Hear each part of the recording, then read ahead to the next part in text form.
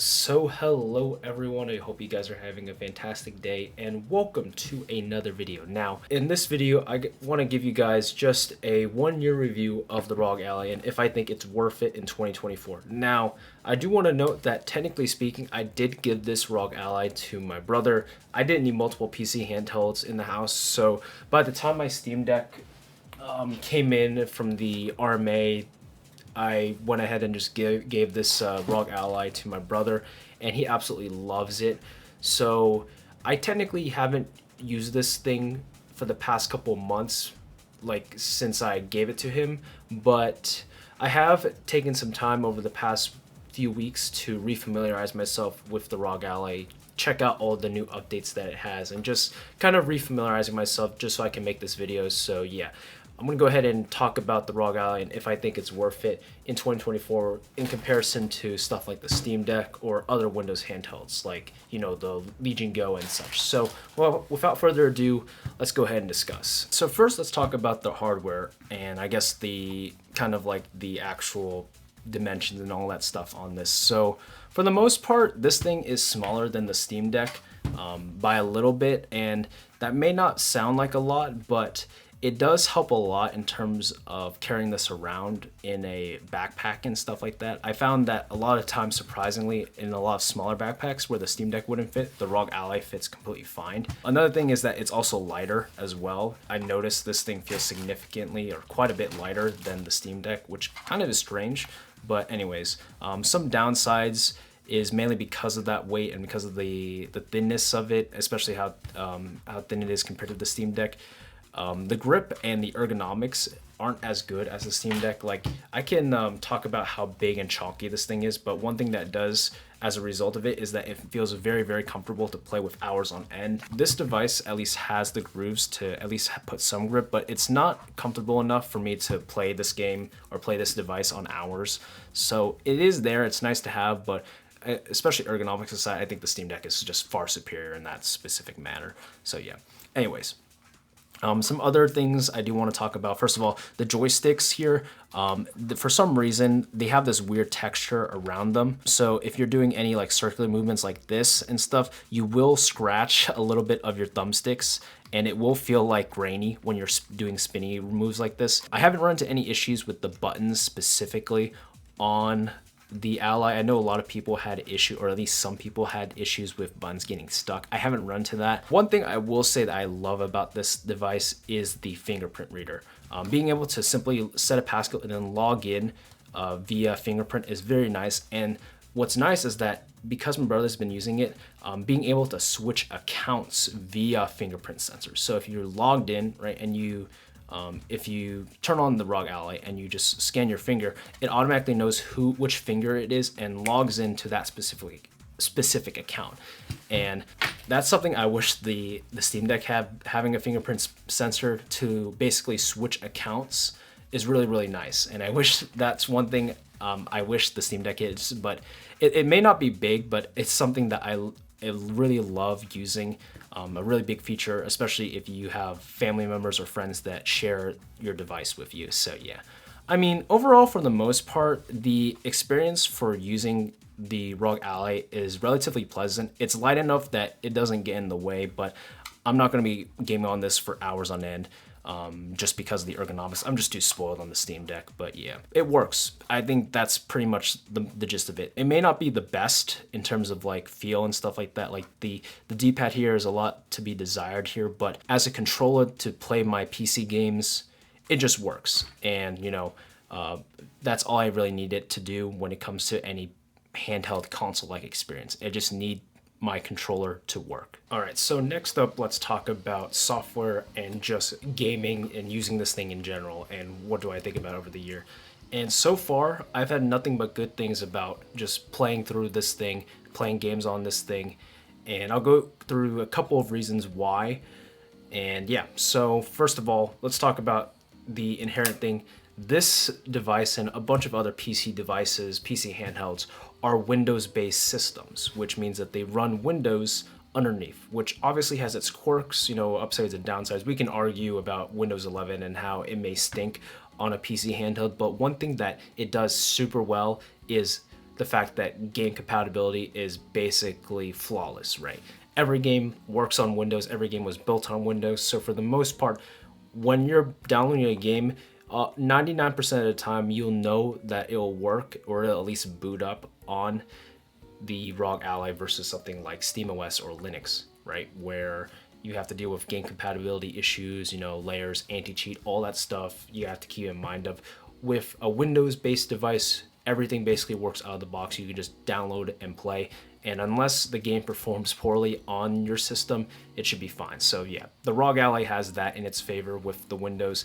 And on the topic of Windows, because that this is a Windows first device, the drivers and support for the Windows platform is much better on the ROG Ally versus something like the Steam Deck. Steam Deck, Windows on Deck, I have so many issues with, and the drivers haven't been updated really that much since in the past couple months. So yeah, Windows support on Deck is kind of wonky at this point, and if you just want something that works out of the box for your Call of Duty or whatever, which doesn't currently support the native SteamOS operating system, I think in that specific regard, I think the ROG Ally is superior. One other thing is Xbox Game Pass, right? Unlike, unlike the Steam Deck or Linux, which doesn't even have a Xbox native app, you can easily just pop in your Game Pass games and just play them right off the bat. You can set this thing to offline it and just play your Steam Deck, or not your Steam Deck, you play your Game Pass games directly on this thing, and boom, you're good to go without any issues there. So if you're a big Xbox Game Pass user or subscriber, I would highly suggest getting a Windows-based handheld like the ROG Ally over the Steam Deck. So yeah, in terms of performance here, the ROG Ally I have here is the Z1 Extreme version. This one is the higher end and the one that you should guys get for your ROG Ally if you're considering a purchase. Now, in terms of specs, this Z1 Extreme is technically more powerful than the Steam Deck, but it still runs into the limitations that most modern PC handhelds run into. For the most part, you're going to be running these games at low to medium settings, and getting around like maybe 40 to 50 FPS on a lot of them. But some nice things about the ROG Ally that don't exist on something like the Steam Deck are things like high refresh rate, variable refresh rate, a higher density display, and all that stuff. And I'm just booting up Cyberpunk because this game I know doesn't run that great on the Steam Deck. There are some issues I have with this game running on the Steam Deck. This is a very demanding title, and I think, in my personal opinion, the extra horsepower that the Z1 Extreme provides over the Steam Deck makes this game way more playable on the ROG Ally. So let me go ahead and get into it now. All right, so we're loaded up here, and just to let you guys know, I do have an overlay enabled here, so you guys can see performance. Basically, I have it set to Steam Deck settings with motion blur off, so you can see here, even though it is custom, I did set the motion blur to off.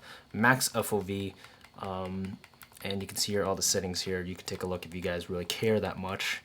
But yeah, for the most part, we're running at 1900p as well. 900p, my bad. This is actually 1080p display, but I think 900p is where you want to play games on this thing if you want the best experience versus 1080p. You won't notice that much of a difference on a screen this small. So yeah, as you can see here, we're going in here, and you can see at 18 watts, we're hitting around 40 FPS, 30 to 40 FPS, which is completely playable for the most part.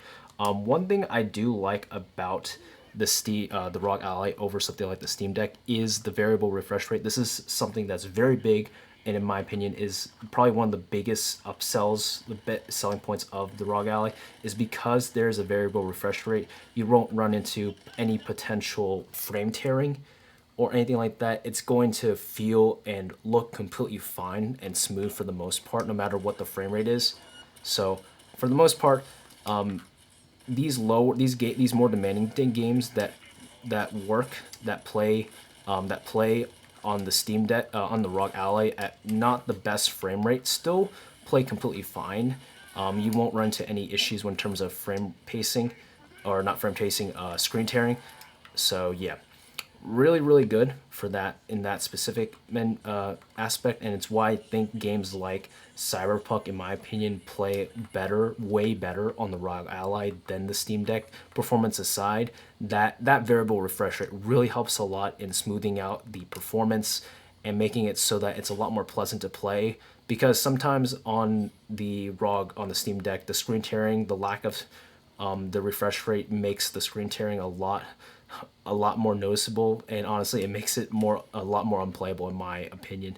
I just cannot get used to that.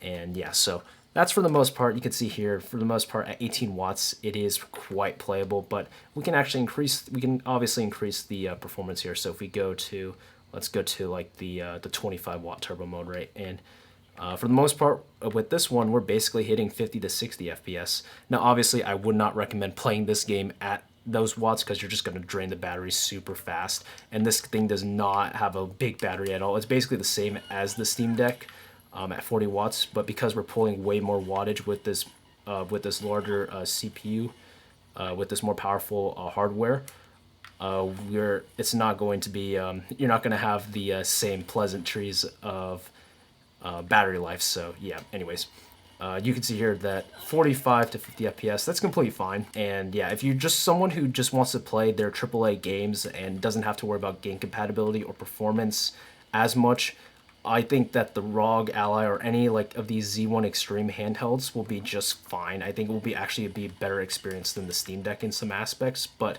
there are some things that you do want to keep in mind. So let's go ahead and kind of discuss about that actually. Let me go ahead and quit the game here. We'll boot up another game. All right, so I have Destiny 2 booted up now. Quick side note, this game does not natively support the Steam Deck unless you run Windows on deck. And yeah, I mean, Windows on deck, like I said before, is a subpar experience compared to the ROG Ally. So if you're someone who plays Destiny or any anti-cheat enabled games like I noted before, you're kind of set with the ROG Ally or some other Windows-based handhelds. But this game runs absolutely flawlessly for the most part on the ROG Ally. I absolutely love playing Destiny 2 on this thing, much more than the Steam Deck, so yeah. Anyways, let's go ahead and talk about, while we're going into a strike, let's go ahead and talk about the elephant in the room with Asus. Over the past couple months, Asus has been under a lot of fire lately, mainly due to their warranty service and their customer support. It literally took them, I think, a couple months, almost a year, until they finally talked about the SD card issue, which frankly is way too long in my personal opinion. And there have been so much drama with people like Gamers Nexus and all that stuff exploiting and showing all of the issues with the the ROG Ally's warranty service. People's RMAs not being accepted because of actual legitimate defects, stuff like that. And especially compared to the Steam Deck, which I've had nothing but absolutely excellent customer support from Valve, is unexcusable. And I think for the most part, this is a massive deal breaker for people who are very, very adamant on having good quality support. And it sucks too, because really outside the warranty issues and just the Asus being kind of awful when it comes to that kind of deal, what they've done in terms of like the development teams and the software teams on the ROG Ally have been fantastic for the most part. I mean, the Armory Crate, I haven't really talked about it, but Armory Crate, for what it is pretty damn good. I mean, for an experience, a non-Windows like navigation experience, everything here works out of the box, and you have a lot of flexibility here, right? You can change your manual, your custom battery options, your performance options. You can see your stats. You can even enable easily toggle AMD like GPU options, assign your RAM, all that stuff. Super easy on the app, and you can do updates. All this stuff really, it just works, and I think they did a really awesome job with that. This PC handheld, if you take away the customer support side and like all that fiasco going on, I still think that the ROG Ally is the best Windows-based handheld that you can own. First of all, you can get it relatively cheap now that it's on sale, relatively speaking, for around 400 to 500 bucks for the Z1 Extreme, which is a very good price, very competitive price, right? It also has a smaller form factor than the Legion Go, which I think for a PC handheld is much better, and it doesn't suffer the performance issues with like Intel-based handhelds like the MSI Claw. I mean, all this combined makes this a very, very good and honestly the best Windows-based handheld. But if you're someone who deeply cares about, the RMA process, or someone who wants that peace of mind of a good customer support, then the Ally may not be it, honestly. And it kind of sucks to give this recommendation a more cautious thing, but yeah, that's sort of the conclusion I got from at least researching and kind of reassessing the ROG Ally now that's a year out into its life cycle mainly. So yeah, I mean, despite all that issue, I still think the ROG Ally is a fantastic device. My brother loves it, I still love it, and I think that if you can find it secondhand or open box, then I think it is absolutely worth it. But like I said before, be mindful of the potential problems that may arise when it comes to contacting Asus if you have an issue with your device. So yeah. Anyways, I'm gonna go ahead and end it here. Hopefully you guys enjoyed the video. If you did, make sure to leave a like, and I'll talk to you guys in the next one. Later.